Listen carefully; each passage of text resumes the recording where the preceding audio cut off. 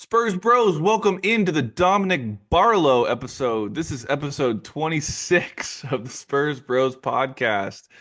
Spurs went 0-4 this week. If you're tuning into this, you are officially deemed a sicko.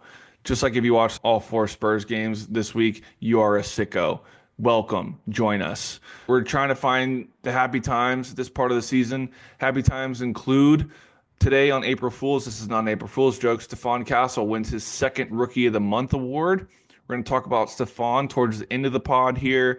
We're covering Wembanyama. Victor Wembanyama had a surgery within the past week to address the deep vein thrombosis injury that has kept him sidelined since January. We have our weekly Tankathon spin. And you, that's right, I said it, you, go down and hit that subscribe button. We're getting close to 100. And a reminder, when we get to 100 subscribers, everybody will be entered for a chance to win some vintage Spurs gear. So hit that subscribe button. Go follow us on Twitter. Let us know if we missed anything. And like I said, here comes episode 26, otherwise known as the Dominic Barlow episode. Spurs Bros. Welcome to the 26th edition of the Spurs Bros podcast. Woo. Your host, AB. These are my co-hosts, Stuart Lynch and Reagan Keogh. Boys, I am so hyped because I know we just said we were going through the gauntlet, but to come out of the week 4-0 is unbelievable. April Fools. We suck. April Fools. I was being recorded on April 1st, everybody. Yeah. April. As Wob says on Twitter, Spurs fans, this is a safe space. Let it all out. Yeah. What do you got to say? 0-4 on the week. What do you got? What are the thoughts right now? I mean, I guess we all kind of saw it coming. Like it was a train wreck that we all saw coming. The problem was for me, I was watching the Magic game tonight, and I figured, that was the game that we probably had the greatest odds of winning out of those four. And I broke because I fell back into routine. I figured, you know what? I'm going to watch this emotionally unattached. And instead, I fell back into the trap because we were actually up for the majority of the game. I think we went down 5 or something and going back and forth. And then it got heated between Stephon and Wagner, and we just ended up blowing it. And so I ended up getting pissed. It was like fourth quarter. I was like yelling at the TV like I usually do when we're in it. So I'm like, why am I doing this? I knew that what was going to happen. So that's what being a fan is, bro. Yeah. That's what we are. Like, no matter how bad you want to fight it, we're diehard fans. And like, I've been watching yes, emotionless basketball. we know what the objective is right now at this point of the season is to develop the young guys while losing games. But still, like you see a game that's like a 5-point game with 4 minutes left, and it's like, come on, boys, get it together. Like the players are playing to win. It's the schemes and stuff from the front. But yeah, 0-4. 0-4. And the Magic, we were talking about right before we started recording, Alec and I, about the 3-point shooting of the Magic, in particular Kentavious Caldwell-Pope.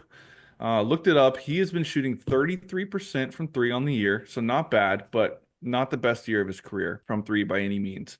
And that's on about 4 attempts a game. But comes time to play the Spurs, what does everybody do?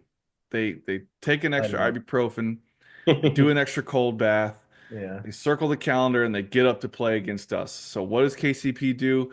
He goes 7 of 9 from the 3-point line. 8 of 11 from the field. He has 23 points, and he's probably the key difference maker in the Magic beating us tonight. Oh, for sure. Why can't we just finally admit that it's our shitty D?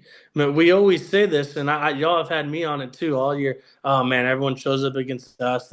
But in the end, maybe it's just our shitty D. Maybe they just play like this every night, but against us, our D is that awful that they whizzed right by CP every time. So we have to help. And then guess who gets all these open threes in the corner and on the wing? And it's always their shooters who we say, oh, it's always the second, third guys on their team who are killing us. Well, that's why our defense is awful, because they're getting wide open shots. It's that weak D. Yeah, the weak D. Yeah. The limp D. The ED. Yeah. The DED. No, but yeah, I was talking, like I said to Alec, like how much of that was KCP hitting wide open shots and how much of it was him like just, good defense, good contest, and he's making the shots. And to Alec's point, a lot of it at the beginning was, we missed a few rotations, let him get hot, and then when the game's in the balance later on, he's feeling himself, Mhm. and that's when you hit the contested threes. Don't let an NBA player that's going to shoot, Yeah. 35+% on his career from three, can't let those guys get hot. That's what he's there to do. The Magic are what, Alec? They rank what in 3-point shooting in the league? I think they're dead last. Dead Really? last. Yeah, KCP 3-point is the percentage. only guy that consistently shoots the three ball well. But if we're going to miss those rotations early and let him get hot, we don't deserve to win. So, yeah, Yeah, it's I a mean, great of point all you make. people, at least it was him. His whole career, that's what helped the Nuggets win a championship. Oh, He yeah. literally is a 3-and-D guy. The Lakers, he literally is a 3-and-D guy. So I mean, like you said, if you're an NBA player, if you get hot, you're gonna stay hot. So I mean, I don't know if I don't remember him shooting like this, but dude, like these threes he were making, especially at the end, they were just raindrops, dude. It was like higher arcing than Keldon Johnson's 3-pointers. And then they all looked off and just nothing but bottom. So that's Dude, frustrating. he's I he's let been a myself. consistent guy in that role. He won 2 championships, one with the Lakers in the bubble and then with the Nuggets, like Stu said. But he's been a 37% basically 3-point shooter in his career on 4.5 attempts a game, and really, really solid perimeter defender. Like that's what he's there for. And if we can't read the scouting report for what is that, a 12-year guy, like yeah, we don't deserve to win. So yeah, it's like, oh man, I agree, Stuart. Like I was thinking about it last week. I didn't say it, but like we watch these guys go off and we're like, oh man, these guys always just like they get up and they play so well against us. No, yeah, I think it's just we don't have a defense. Well, we've talked about physicality and everything all year. But we've mostly alluded to physicality on the offensive end, right? We're getting pushed off our spots, turnovers, things like that. But I bet you that also goes on the defensive end as well. I bet you teams will feel, I mean, we've all played basketball. Like you could feel like when a defender is like maybe long or whatever, but they're not that good. Like you can kind of feel them whenever you go at them once or twice. Like I bet you that's what they feel against us. Like, oh, Devin Vassell, yeah, he's kind of long, but he play defense on me. Like, well, like they're not scared, and they're just going to use that to their advantage. Maybe that's the other thing. And Stephon's good at D. Obviously, Wemby he held yeah. everything down. Sohan, yeah. Champagne, Jeremy's good. Champagne's not awful. But he's not where he needs to be if he's going to be a 3-and-D guy, right? Right. Like he's that 3 minute. But yeah, dude, we have moments on the court where it's like we have Stephon and then it's Keldon, Devin, Julian, and Jeremy Sohan. And like, yes, our point guard and our de facto center, like he's playing out of position. So it's really 4 out of the 5 guys are not putting up very much resistance. And like y'all are saying, the offenses are going to feel that out very quickly, get to their spots, and it's game over. So Yeah, it doesn't matter how good one-on-one D is because once it breaks down, it's all about team defense and rotations. Right, And if one guy is slow, it messes up everything. And we have too many weak defenders on the court at once every game. There's no Wemby to cover it up. We saw like Yeah. when he's off the court, we're one of the worst defenses in the league. When he's on the court, we're like middle of the road. That's a massive difference that he makes up. But yeah, we're seeing what it's like without Wemby. So make some adjustments in the next, in the offseason or whatever, and we'll make improvements here, I think. But right now, and we're it's a talking tough watch. KCP tonight. Let's go to the Warriors game. It wasn't Steph. It wasn't Jimmy Buckets. None of them did it to us. They both had like 15 points. Who did it? Pods. He had like 25, and Moody had like 20 or something. Like it's always the secondary guys once again, because I'm sure we know Steph was on Steph and he held him. He was doing good, but Curry had 7 assists or whatever, and these other guys who CP's guarding, Devin's guarding, Keldon's guarding, they went off for 25. You know what? I still remember now that we're mentioning all this, it's making me think of a couple things. But one, it's bringing me back to pre-Wemby days when we were, I think the year where we did get Wemby, we were so bad. But I remember Pop talking about, hey, we're not going to win a championship, but I do want our guys to learn how to play defense and play team defense, like building a true foundation here. And the big thing, obviously, that he always emphasized is defense. And the big thing was like knowing where to be on help side rotations. I think we've been slowly, at least Pop has tried to build this team to be able to be that, right? And I think this is the second point that I wanted to make is obviously Pop's absence kind of deflated that, right? Whatever Huge. progress we were making Mhm. on that front, right? Being able to like help the helper It's gone, bro. patients. Yeah, I feel like we, So we lost that. We missed that. so So when he comes back, it's like start from square one again. I don't Like to kind of know. lose it all this season. I don't know. I have no I idea. think you've got to bring in you got to bring in somebody to sit on the bench, whether we're in a spot where it's a new head coach or if we can revamp the assistant coaching staff a little bit here. You got to bring in somebody that's going to be a defensive specialist and has a history of building, successful defensive schemes with the center being your anchor. Like Mhm. we have to shore that up. What I can't get over and what other people have noticed on Twitter too is still overhelping. Like Yeah. guys are hitting the nail when they're guarding people in the corner or on the wing, elbow extended 3-point line, and they're hitting the nail at the free throw line. They're overhelping like crazy, dude. Like there's no as soon as you do that, it doesn't matter who it is. They're gonna see that kick. These are NBA guys. They're gonna see that kick. Then you're scrambling rotations. You're helping a helper like, and they're getting easy buckets. It's this little stuff that we've seen since the year Alex talking about the first 22 win season, 3 straight years of overhelping. Like some of these guys just they clearly aren't going to change. They aren't going to get it. And I think that's the crazy stuff. Like you want to see this stuff improve. And yes, missing Pop is big, but like you should still have some pride and some basketball IQ to be able to fix rotations as far as just ball side help defense. What Yeah, do I know? Again, this is coming from a washed defensive D3 player, but I was 3-time all defensive and defensive player of the year, so I know what I'm talking about a little bit. let's go. Let's go. That's true. That's a fact, boys. It's tough. And also the other thing is I think maybe we've also in that same vein relied so much on Wemby, right? All of our guys on the team, like, I've never played with a guy like this. This guy is so amazing. Like, we could blow a defensive assignment and he just picks up the mess for us all the time. And I think maybe they got used to him just cleaning up their mess a Bro, lot. So I'm going to relate this to this is going to date us a little bit, but San Antonio high school basketball, our senior year, one of Alec and I's AAU teammates was Ben Lammers. He played at Alamo Heights, and he was the Wemby of that team. Their defensive scheme was over close on the 3-point line, send everybody to Ben, and he averaged like 5 blocks a game his senior year. I think he led the nation, right? In blocks or Yeah, something. it was Yeah. something crazy. Yeah. Yeah. And anyway, a few games before playoffs, he shatters his kneecap. Alamo Heights loses basically every single game, including the first round of the playoffs, because they've been used to just over closing at the 3-point line. And all of a sudden, when they're doing that, their shot blocker is gone. And what you're used to doing working is no longer working. So I think that's a very similar effect that our guys are experiencing with Wemby out, with Bassie out, with us kind of soft tanking and not playing Biombo, even though he's playing well.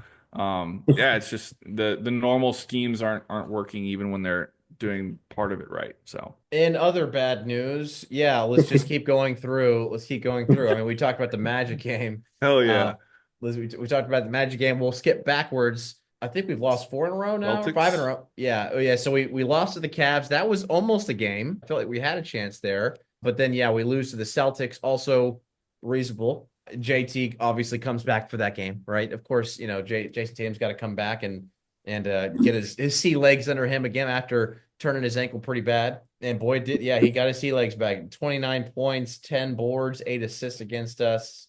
Like he never missed a beat. And obviously, we don't have an answer.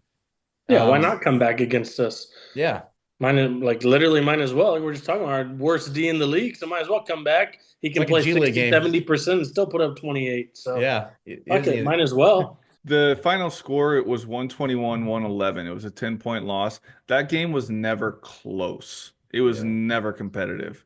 From early on, we lost the first quarter by 9, lost and we were down 12 at halftime, and that's about where it stayed the rest of the game. But we were down, almost 20 at one point. Just it was not competitive no matter what we did. It was just like, yep, that's the defending champs, and they're on their way to probably another finals run. So There wasn't much there. I think everybody, like out of all these four games, this is probably the game we expected the least to win. Yeah. Is the Celtics. We've seen how it's gone in games prior this season. Just it was not a game where we were going to be set up for success. I think if you want to call it a bright spot, Stephon Castle had 22 points, but that was on 7 of 18 shooting, 1 of 7 from the 3-point line, excuse me. Yep. He had 8 assists, but this little trend that's been breaking out recently, I want y'all's thoughts on what do you think's going on, or if it's anything to worry about. Is Stephon Castle, like, he's been scoring, but it's been very inefficient the last 4 or 5 games. Do y'all think there's anything to worry about here? Like, are y'all raising any red flags, or is this just, hey, it's end of the season, go get your shots, boy? Yeah, I think we kind of gave him the full green light. Like you can kind of tell he's forcing a little more, chucking up a little more shots than he was mid-season. We were still playing for something. I think it's kind of now like he's not the floor general because CP's still out there, but it's like, dude, like no one else on this team can score, so go put up 20, 25 if you can. Yeah. I mean, quite literally, because Devin putting up 12, 13 until a night. Keldon gets in the game. Yeah. Right. I think it's nothing to worry about. It's just what we already knew going into the season. I mean, that was like his draft weaknesses, if we're gonna use the Tankathon draft things. Shooting. Yes. Stat strength. Yes, just overall shooting. I think everyone kind of knew that going in. I think we just were revealed that because we gave him the green light. And so something to worry about. And I'm actually kind of glad that we're going through it right now because, gives him a chance to work on it and then just see where he needs to improve over the offseason. Because also the things he can put up an easy, cool 15 just by getting to the basket and getting like 4 or 5 free throws a game. So, So, this 2-3 years Celtics game, he was 7 of 10 from the free throw line against the Celtics. Yeah. It's sick. Yeah, that's right. I mean, call him baby SGA, but give him a couple of years, and if he has a shot and can create more, create a midi, step back 3, like 20 to 25 easy a night. Yeah, no, his downhill, getting to the lane, that whole package, dude, is off the charts already. Like for any player in the NBA period, like he's got all the cross jab, euro, up, the slow step, decel, all that jazz, and then he's strong. Pace. And it's just change of pace, and he's the crossover. He's literally got it all. So like just getting downhill. So now it's just about being able to hit the open shots or even contested shots, threes, and then if you can get that pull up little midi, kind of like SGA has as well. Oh gosh, it's game. A full off season with the NBA program, like shooting probably 500 shots a day this whole summer. God, dude, I can't wait. Yeah, he's gonna come back so sick. I know. Yeah, still 20. Gosh. And then the last of the bad news before I get on to some good news is the Warriors game. We lose. No, we didn't lose. No, we got spanked. We got murdered. Yeah, we got murdered. And specifically, we gave up the most points that we have all season. Maybe not ever, but definitely this season. 148. I think we gave up 146 to the Thunder. I think this season, but 148. Not bad. Against the Warriors. We haven't scored 148, I don't think either. So that was the most points we've either scored or been scored on this season, if I'm not mistaken. Correct me if I'm wrong. At least we didn't give up 164 to the Pacers, so that's good. So nothing really to kind of talk about there. Everyone played bad. The one thing that stuck out to me, I actually, full honesty, I did not watch that game. But looking back, our leading scorer was none other than Keldon Johnson. What did we say about him? What did I say about him? I said he's literally the best at trash time buckets, dude. He only had 19. Some numbers, but still, I mean, that motor's still running when everybody's shifting down. He's keeping it in 5th gear. Yeah, he keeps it in 5th gear, so he's good for that. I will say. At least he's a little better than Devin. Devin can't even keep it in 5th gear, even in trash moments. He's a 10-point a night or 20, and that's just going to be that. Isn't that right, Reagan? Yeah, I mean, he had 22 against the Cavs on 7 of 15. But what I wanted to say, and you said right before we started this, was like, he put up 22 against the Cavs, and then he's been very quiet since. He had Spurs Twitter talking about his scoring output the last 5 games leading into this week, and oh my God, Devin's back. All the haters can shut up. Like no, dude. I know I went kind of crazy on him last week, but out of these 4 games that we played, the Cavs, the Celtics, the Warriors, and tonight against the Magic, The Cavs game was probably the closest. I know it was an 8-point loss at the end, but at the last minute, we had a chance to get a stop and go down and tie the game. And we're talking about our defensive rotations with guys that have just refused. I'm going to say that they've refused to adjust or improve their defensive game. Devin Vassell is one of them. We had a chance to get a stop and then score a bucket to tie the game. And who misses a rotation? Devin Vassell. Whose man scores a bucket to put the Cavs up 6? Devin Vassell's man. And then same thing next play, he did it again, and the game was over. We fouled. They got a couple extra free throws. They won by 8.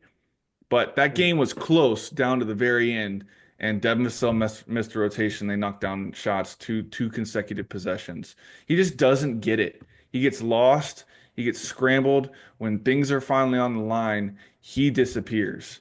He played a good game up until that point, but again, it's like Stephon was going kind of nuts too. He was getting a lot of the shots up. There wasn't a ton of scoring pressure on Devin. That's when he was thriving. On defense, he was playing okay. Into the game comes around, shoop. It's verbal meme. The Bart Simpson just like backing off into the hedges. Yeah. Yeah. That's all it was. It was like, dude, again, here. And then since then, like Stu said, he just hasn't had it. Since then, what's he scored in the last few games since the Cavs game? He had 11 tonight against the Magic. I think he had 12 against the Warriors and 14 against the Celtics. There you go. So yeah, averaging. Sick. Yeah. How much money, Stuart? 30 a year. Yeah, okay. Ooh. Oh, but it's the best contract because it's going down a mil for the next 4 years. I don't give a shit. 3 years from now, he's still making 27 a year. That's insane. Dude, I saw somebody on Twitter list out like things that Brian Wright has done well, which I think he's done a lot of things well. But somebody listed Devin Vassell like, he's only got him for 150 or whatever. I was like, dude, that's not a win, brother. Yeah, come on, it's not a win. Oh, that's sweet. It's not a win. That is There's plenty of wins in Brian Wright's tenure, but that was not one of them. And Reagan, to kind of piggyback off your take, what you had just said, I wonder if it's. Well, hopefully, if he's still on our team next season. But maybe we only have 8 more games left of having to worry about this Devin because, again, hopefully, even if he is on our team next year, let's hope he's not in the game at the end. Definitely not needing to take shots. It should be Wemby, Castle, Fox, obviously, and then maybe Harrison, whoever. But I'll take all those guys taking shots over Devin at the end of the game, even being in the game. Honestly, Jeremy for defense. So I mean, hopefully we kind of don't even have to deal with this shit anymore after this season in a couple weeks. I heard some rumblings, bro, that that Hawks pick as they continue to win games, and that pick's 16th or 17th now. Mm-hmm. Yeah, there's more and more talk about, hey, why would the Spurs take somebody there? Why wouldn't they trade that away?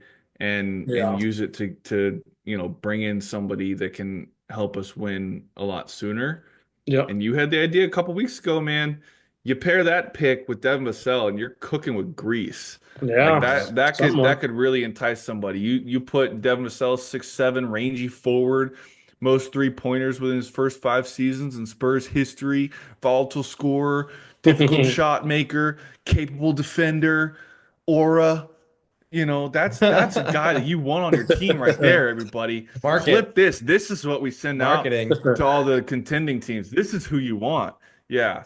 We'll take Naz Reid right off your hands. We'll take Derek White back. Absolutely, Boston. Yeah, save some money, bro. This contract's going down the next couple of years. That's hilarious. Here's the 15th pick with him. Look at that. Yeah. All we can do is hope. And piggybacking off of the piggybackers, what I wanted to mention was all of Spurs Twitter was blowing up about, hey, you're wrong about Devin, you're this, you're that, you just needed to give him some time, whatever. But I think last week we're playing it, again, we were about to go into the gauntlet. We hadn't gone in yet. We were playing against the 76ers, the Jalen Brunson-less Knicks, we're playing against the Raptors. Okay, that's fine. And the Pistons, who are still, they're good. They're Pistons are a playoff team. They're good. They're a playoff team, and he had 26. So that was good. But he led the. We lost by 26. Lost by 26, and he and he's led the team in minutes, right? 32. You'd think he'd hopefully get 20. But then, yeah, beyond that, it's like, okay, Cavs, Celtics, Warriors, Magic. Let's see what you got. And we're getting, in the last 3 games at least, average of, 13, 14 a game and you're probably leading the team in minutes played per game. So I don't know, man. Dude, Devin Vassell is the leader of the team when Wemby's out, and we know what a Devin Vassell-led Spurs squad will do. They'll win 22 games in a season. So. Yep. Well, enough of that nonsense. Let's get on to hopefully some better news. Breaking: Victor Wembanyama had successful surgery to correct the blood clot injury in his right shoulder. Wembanyama is hopeful that he can participate in the 2025 Eurobasket this summer. What do we think, boys? Obviously, good news that he got the blood clot taken out successfully. That's all good. Do you think that it's a good idea that he should even aim to play in Eurobasket this summer? Okay, go ahead. No. French basketball, please hear everyone in San Antonio. Everyone that's an NBA fan, everyone that's a Spurs fan worldwide is begging you, please do not let Wemby play in Eurobasket this summer. There's no need to rush him. Give him his time to rest. This is a serious issue. There's going to be plenty more summers for him to compete with the French national team. I know he's a prideful guy. I know he's a loyal guy. He wants to come back. But please, Wemby, French basketball, sit him down for the summer. He needs to be good to go next fall. Yeah, dude, that interview, the fucking head coach of the French basketball team, that old ass, saying, "Oh yeah, we want him back this summer for Euroball," buddy. How out of touch are you to think that he's gonna be back for even if Wemby wants to and stuff? There's no way in hell the Spurs, who sign his checks, he ain't getting money to play. He might be getting low money to play French basketball, but we sign his checks. There's no way in hell we're going to let him. This might have to be a true sit down. If Wemby really thinks he's going, we're gonna say, buddy, there's no way in hell you're going. What caused all this was traveling to France. We're not gonna let you travel to France and live there again for another month and a half. Get used to that over there, that air breathing, then come back to Texas again. Not happening. He ain't going anywhere this summer. That's crazy. He doesn't need to go play Euroball. No one gives a shit about that. You can play once every 4 years in the Olympics. That's all anyone cares about. It's crazy if they think he's going to go back and play that shit this time. And if he does, then I'll be pissed at the Spurs and Wemby. Because that's just lack of honestly professionalism. Get ready for the season. You just ended our season this year and we could have made a play in. So buddy, come on. Yeah. My 2 things are this. One, I know how much other countries, especially France, they value those in-between years to build team chemistry, but they've all been playing together for so long at this point. One missed summer with Wemby is not gonna. Yeah, they're not gonna just drop down in their continuity and their chemistry. That's already built. That's already there. So I don't understand the need to go back exactly for the reasons that y'all mentioned, given the fact that they've been playing together for so long. And then number 2 is he's already probably, if I'm being honest, already lost 8 pounds of muscle by this time already, just not having been able to do any sort of physical activity up to this point, and now recovering from the surgery. It's whenever he can finally get back on a court, he should probably just be trying to rebuild that muscle just to kind of get back to net even for the year, and then kind of going into next year with, hopefully a net positive in some degree. But, at the very least, you don't want to just go play more cardio, like you said, go overseas. Instead, you should just be in the weight room, dude, and just getting tight with his teammates. It just needs to be him on a training regimen, getting his strength back, getting his cardio back, getting back to 100% by the time that training camp hits in September. That's the only thing that should be going on between now and September. It's him working out on a regimen, slowly but surely get back to 100% by the time training camp gets here. No setbacks. Just keep it simple, bro. Just keep it simple. We don't need all this extra stuff with Eurobasket. Take the year off. Yeah. Like Stuart said, nobody gives a shit. Yeah, man. Again, which will that kind of lead to? Do you think year 3 Wemby will be very similar to year 2 Wemby then? This past year, do you think he'll have improved much of his game anywhere? Obviously, since we're saying strength, if anything, it might be even a little weaker going into next season than he was this year. But I mean, strength, it won't be like stronger by any means. How he gained whatever 20 pounds this last summer. That's not going to happen this summer. He's I mean, not. he I might mean, be a little bit stronger, like just being a year older. core Like, and stuff. Yeah. yeah, I mean, you fill out naturally just a little bit, so he might be a little bit stronger. He'll probably have a little bit better sense of the game from watching it sideline and a bunch of That's what I was film thinking. study and whatever. But yeah, I would expect him to be better. He's the best player on the planet in 2 years. Changed my mind. So Yeah. I think he'll be a better player next year. It might be a slow start, just like it's been the first 2 seasons, but he'll be a better player than he was this year next year. I hope that he surprises us like he does, basically every time he's on the floor. But I hope he comes out strong next season. But you're right. I mean, if we're looking at trends, yeah, first 2 years he was kind of slow to start the season, and then he found his way. But what Reagan just said, I think just him watching game film, I'm assuming that's what he's doing right now. If I had to guess, or maybe he's not. He's unique in his own way. Maybe he's like taking his mind completely off of basketball. But I would assume that he's at least watching film better. I think for he's next doing season. everything he possibly can. Everything Yeah. that I've seen, like he's going to the games that he's allowed to go to. He's on the sidelines when he can be. I have no doubt that he's in contact with the team, with the org.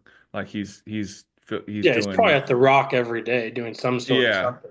rehab, whatever. Yeah, I think he's 100% involved on a daily basis.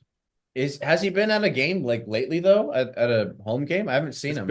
It's been a few games, I think. Well, now we know he was getting surgery, so he's probably out of surgery. I doubt surgery was in town. It's probably somewhere else. So, I mean, dude. If classic Spurs fashion, it flew under the radar. It was like, oh yeah, hey, Wemby had surgery. By the way, it went well. He'll be fine. Yeah. I was like, oh damn, all right. So that did happen. Okay. Seems to be the Spurs way, flying under the Spurs radar. way, baby. Absolutely. Yeah. Hey, best news of the week happened today. Stephon Castle is rookie of the month, boys. Oh yeah, that's the right. second rookie of the month of the of season. the West. Of the West, yep. Reese Shea got his second consecutive rookie of the month. He's making a push. They both have 2 on the year. And I went back today and I was looking at previous rookie of the year winners. And aside from the anomalies like Blake Griffin and Tim Duncan, those types of talents, basically LeBron that win all 6 months of the year, most guys have 2 or 3 rookie of the month awards and end up winning the rookie of the year. There's some anomalies, like Malcolm Brogdon didn't have a single one when he won back in 2017. He didn't win a single rookie of the month, but he won rookie of the year. But most of the time, these winners are having 2 or 3. So how many did Wemby get? Wemby had 3, I believe. Nice. Yeah. I remember Chet was there. Yeah, Chet was the first 2, and then Wemby had the last 3, I think. So recency bias. But hey, both Castle and Reese Shea have won Rookie of the Month twice since January.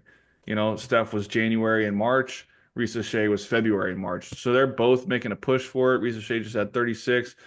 But I don't care about Reese Shea, bro. Stephon Castle has done it both ends all year long. He is the Rookie of the Year. This is just one step closer. We've got 7 games left or whatever it is.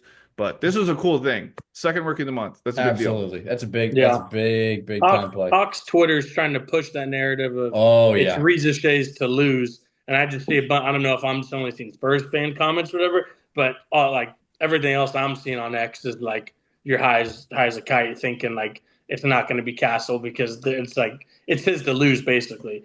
Yeah. He would have to he's actually already played all the game, like even if he didn't even play this last 8. I think he wins. Yeah, I think it's already is. Yeah. It'd be pretty crazy if not. The only reason it wouldn't be, I think, it'd be like, politics. They wouldn't want it to be Spurs back-to-back years, and they would want it to be the Hawks because he was like the number 1 pick last year, and it would, I don't know, just go with the narrative a little more. So, dude, I think after that All-Star performance, though, I know I think it's like that whole weekend for him. And then a week after All-Star week was when we were on ESPN against OKC, and he absolutely dominated Shea. He put Hartenstein on his ass, broke his ankles. Like he had 30 whatever that night. So like those 2 weeks of NBA ball, just like where everyone was watching him. He just that won it for him. Yeah. Right. Yeah. And all the Hawks people are like cherry picking these stats about Reese Shea's the only rookie to score 30 plus 3 times.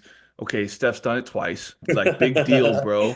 And then they're talking about efficiency numbers. Like, okay, Reese Shea's a little bit better of a shooter. We all knew that coming He in. also has He Trae hasn't Young feeding him in the corner, wide open shots. Yeah. exactly, dude. He's playing all this off-ball stuff. Like, he's making great cuts. I've seen the clips. He's making great off-ball cuts. He's getting involved, doing the things he's supposed to do in that offense. But he does not have the burden or the usage rate or the expectation that Stephon Castle does in this Spurs system. And he sure as hell hasn't been doing it as well on the defensive end. It's not close. Like, when you look at it from a full season, and that's what the award is, it's the full season. It's not March. It's the full season. And even if you are looking at March, I just watched a 2 minute and 8 second highlight clip of Stephon from this month, and it's Dominating. crazy. Dominating. It's crazy. Yeah. Yeah. It reminded me of Wemby's last year. I was like, oh my gosh, this guy's got a whole I remember his highlight clip from last year, his rookie year. It kind of reminded me of that a little bit. That 2 minute clip of Stephon, just crazy stuff, man. Crazy stuff. Putbacks, ankle breakers, Yep. like and one finishes, Yep. steals, blocks, Passes. Yeah. everything. Everything. Yeah, He's Reese been Shea's are going to facilitating be lately. shooting threes and getting some dunks. That'll be his old highlights. So Sorry. I'm thinking about this now. We don't need to spend a lot of time on this, but imagine if we did get the first overall pick. Do you think we go with Reese Shea, or do you think we still go with Stephon? Because I know we liked him, and I know we were keeping an eye on Stephon. There's a lot of connections to the Spurs, Yeah. from Stephon, or like, what do I you don't think? know. You know what I'm saying? Because Crazy to say now, like, no way we don't pick Stephon, seeing how good he is now. Right. Out of this class now, he is by far the most potential to be an all-star. But I don't know. Reese Shea was French, he had 6'8", 3-and-D type guy. I don't know. Yeah. It makes me sad if we would have taken him now, like thinking because we love Steph. So Yeah, exactly. Let's hope we would have been smart enough to still draft Steph no matter what. Yeah, I don't know. That's a thought. So that's really all I had. I mean, should we just get into it? Unless you had anything else, Reagan. Nope. Let's do Let's this get thing. spinning, buddy. Let's get spinning. It's time. Let's see if Tankathon. let's see if our 0-4 for the week has boosted our odds.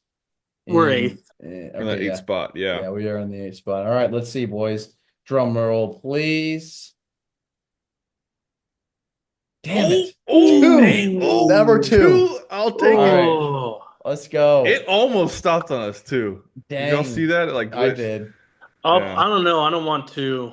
You don't? Because You then you want get two. forced for, like- Too much pressure to choose the wrong guy. I feel that. But because like it can be any of them it could be VJ. So trade down. It could be Harper. It could be it could be any of them. Yeah. What's You our want to other trade down to 6 and get an extra pick out of it?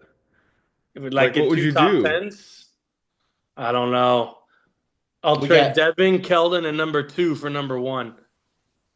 Nobody's gonna give that up, dude. Nobody's gonna give up. Dude, Number he's one. Crazy. Watching him watching Coop in the tournament this year, just He's like has made me insane. so much more like, oh my god, he's I gonna know. be so good in the NBA. He's bro. crazy good, dude. He's gonna be so good in Oh the my god, that Sweet 16 game was insanity. Yeah, 37-6, and like the last 7 minutes of that game, they threw the offense out they crumpled up the offense and threw it away. Said, Cooper, take the ball and go do whatever the hell you want to do with it.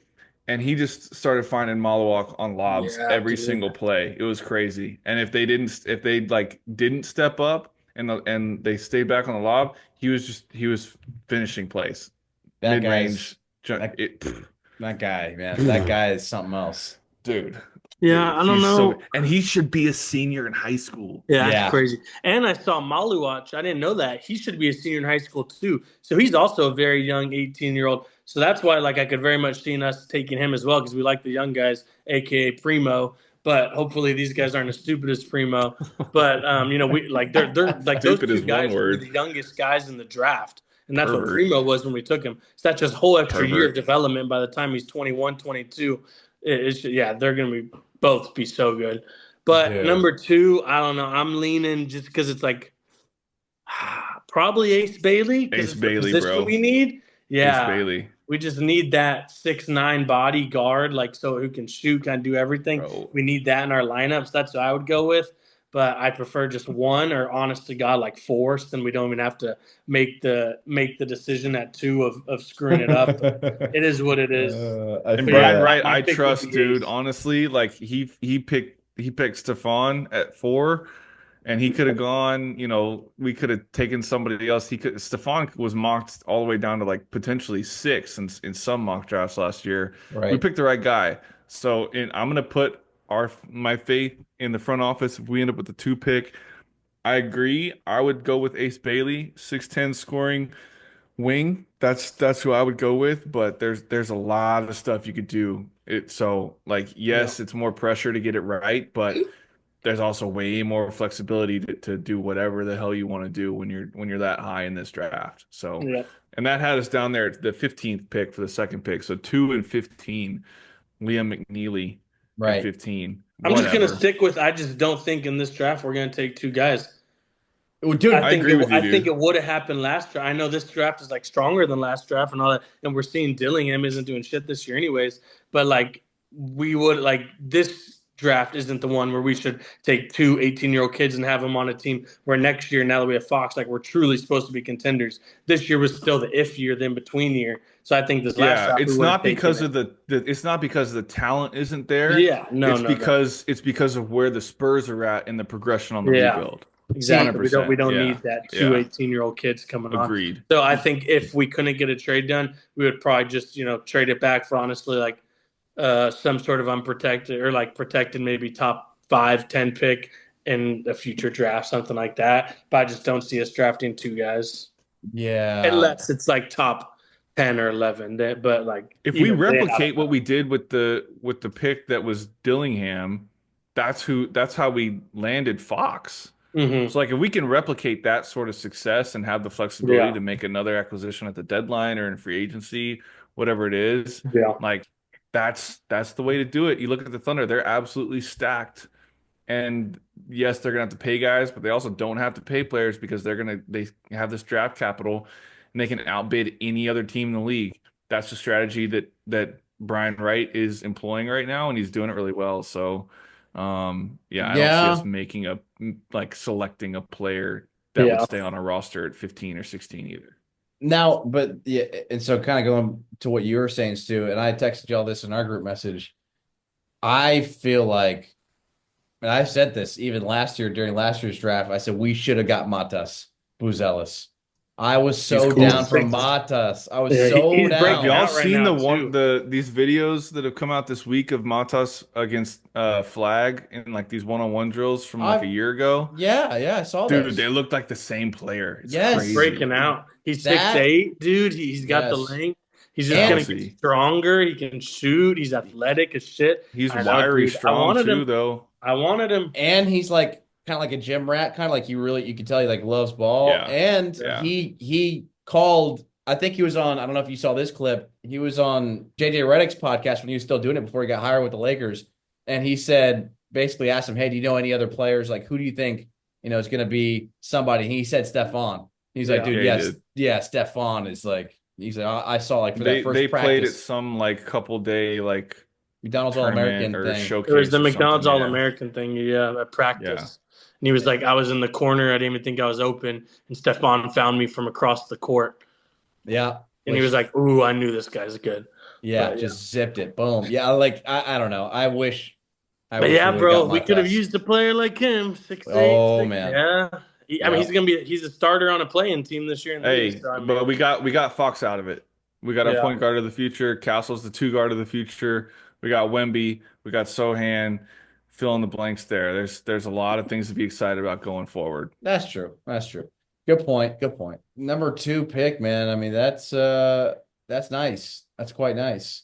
I would take that for sure. Like you yeah. I said, mean, Nice. ooh, I just respun again and now it has us at 3. all Let's right. go. 3 and 15 again. That's So sick.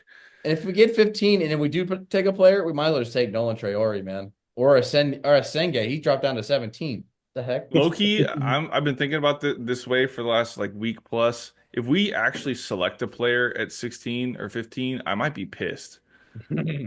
Yeah. Like I might be Why? upset because like you said, like Just a that's filler on the kicking the bench for no can down the reason. road. Yeah. Yeah, that like doesn't show the sense of urgency that I think we need to have right Yeah, now. I Year like 3 it. Wemby, year 2 Castle, De'Aaron Fox healthy. Especially now with all like, yeah, if we get popped for one more year, it'll probably at max be one more year at this point. And then Wemby, like, we kind of don't know his future, unfortunately. So, yeah, we got to take advantage of every year we can now, every We game can't act we like have them on it's the just court. yeah. Yeah, we can't act like it's just, oh, let's I wait mean, for look what happened this 2028 year. We season. thought Wemby was going to be around, and like, yep, done for the season. Random Yeah, blood clot. Like, yeah, you can't take anything for granted. Like, yeah. you have Wemby on your We have team, you got to go Fox for in it. his prime. Castle will be year 2, stronger, better, faster. Wemby will be back. Yeah, we Oh gotta my make God, I some can't wait till real October. moves. Real moves. Yeah. Yeah, by October, Cowboys season will be over. So then we can just focus all on Spurs. Let's go. Yeah, it will be. Yeah. Yeah, it will be. And Shit, I might be rooting for the Bucks by then. I'll be in Tampa. oh, right. That's Oh right. no, Tampa boy. That's right. Forgot. Baker. Yeah, for real. So the gauntlet continues. Tomorrow we're in Denver. Then we play the Cavs on Friday. We're in Portland against the Blazers. And then potentially before we record again, it's the Clippers in LA. So Stuart if you're listening to this and you're not watching the video, Stuart just held up an L after every one of those games. So he's predicting we're going to come back and we will be on a 9-game losing streak. Alec, what do you think? These next 4. I think maybe 1-8, 1-8 in our last 9. So I God. think we would, dude. Actually, I don't even know. With But Portland, the only one that we would want to be Portland. But we don't want to be Portland because we're only like half a game behind them. So we don't want that shit because then like that's a whole that's 8 to 9 spot right there on the lottery. So we don't want that. So right I'd now rather we're lose to a game them. and a half below Portland, so a game and a half ahead of them in the Tankathon standings. Yeah, but that could be a whole 1-game flip right there. L for them, win for us. Yeah, so we don't even want to toy with that. That might be one of those games where you see like 8 players for each team on the injury report. But then, dude, but then after that, yeah, Blazers. It doesn't get any easier. I'm about to say, and then we have 3 games left. Do you think we want to go into the end of the year being 0-13 in the last 13? You know what I'm saying? Works with me. I don't really care, but I think what would be fun is to beat the Suns and knock them out of the play-in. That would be fun. Kind of how like we beat the Nuggets, which caused them to get the 2 seed last year, and that kind of ran them out in the second round because they didn't have home court. Like we had an impact in the playoffs. I think it would be funny to send Phoenix packing. And then and then they sent us packing earlier in the year to not get to go to Vegas. So I'm down. Right, and then Katie's like, I'm fed up. Katie's done. He gets traded. Like all this commotion happens as a result. I want to be the chaos, like the cause of chaos at the end of the year again. I can see us beating the Raptors to end the year. But the Raptors they're another team. They're 28-48, and right now we're 31-44. Like that game could have draft odd implications at the end. That might be, hey, shut everybody down. Call up Malachi Flynn, call up Malachi Branham, call up Harrison Ingram.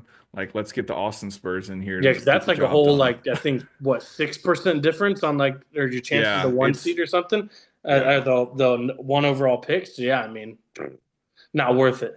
So like right now, Toronto's 1 spot ahead of us, and they have a 32% chance at the top 4 pick, whereas we have a 26% chance at the top 4 pick.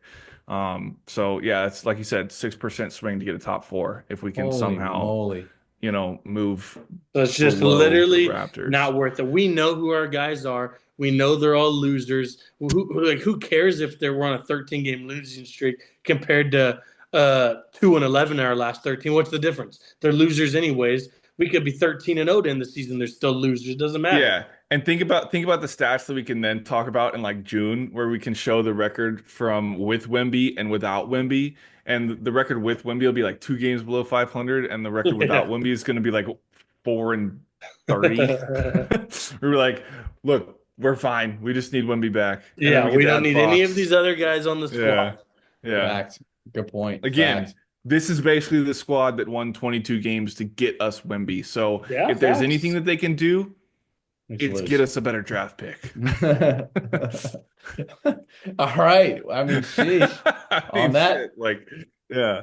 You kind of convinced me. I mean, for the first time in my life, I've been swayed to maybe be okay with losing. I mean, I figured we're just gonna play. I think we're just gonna play all our guys Of course against the we're gonna Raptors. play, but Yeah, we still suck enough to where we're gonna lose anyways. So that would be wild. That'd be Dude, incredible. second verbal meme of the pod. This is Kermit the Frog with the hood on right now, talking to Alec, saying, "Come to the dark Going side. to the dark side. I know. We want to lose games, Alec. We want to lose these games." Got like 2 And weeks he's left, buying boys. in. 2 weeks left of 2 the weeks left season. of Spurs ball. Almost turning into the dark side. Yep. A long season, gents. Sure has, boys. But you know what? We made it through. We did it, and we did it together. And that I'm grateful Stephon for. Castle, Rookie of the Year. Go tweet it out. Make it known to everybody in Atlanta. If you're watching this right now, hit the subscribe button, bottom corner of the screen. We want to hear from you too, Twitter and Instagram. But until next week, when we might be 0-9 in our last 9 games, go Spurs, go.